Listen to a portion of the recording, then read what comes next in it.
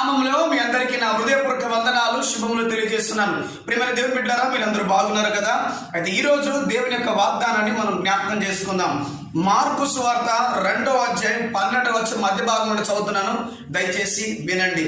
వారందరూ విభ్రాంతి నొంది మనం ఇలాంటి కార్యములు మరెన్నడూ చూడలేదని చెప్పుకొనుచు దేవుని మహిమపరిచిరి. ఆమేన్, హల్లెలూయా.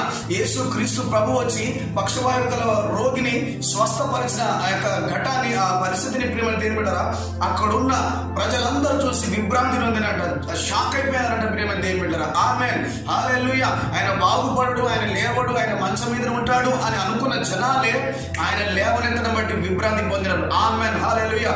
ఏ జనులను తక్కువగా చూస్తున్నారు, ఏ జనుల మధ్య నువ్వు ఓడిపోయిన అనుభవాలు ఉన్నావో, ఎక్కడ నీకు పేరు లేదు, ఎక్కడ నువ్వు సిగ్గుపడుతున్నావు, ఎక్కడ నువ్వు అనారోగ్య పాలై ఉన్నావు, ఎక్కడ నువ్వు ఆ తృణీకరింపబడుతున్న అనుభవం ఉన్నావో, అక్కడైనా నా ప్రభు అయిన యేసు క్రీస్తు ప్రభు ఇదిగో ఈ రోగి లేవనెత్తట్టుగా నిన్ను లేవనెత్తబోతున్నాడు యేసు నామములో.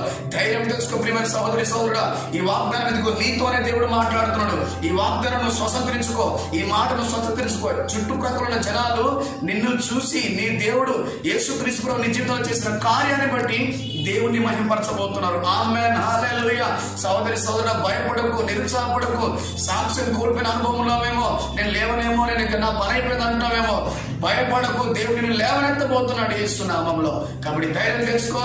దేవుడు నీకు తోడే ఉన్నాడు. దేవుడిని స్వస్థపరచబోతున్నాడు. దేవుడికి ఆదరణ ఇవ్వబోతున్నాడు. దేవుడికి నెమ్మది ఇవ్వబోతున్నాడు. దేవుని కృపనికి తోడే నడిపించును గాక. ఆమేన్.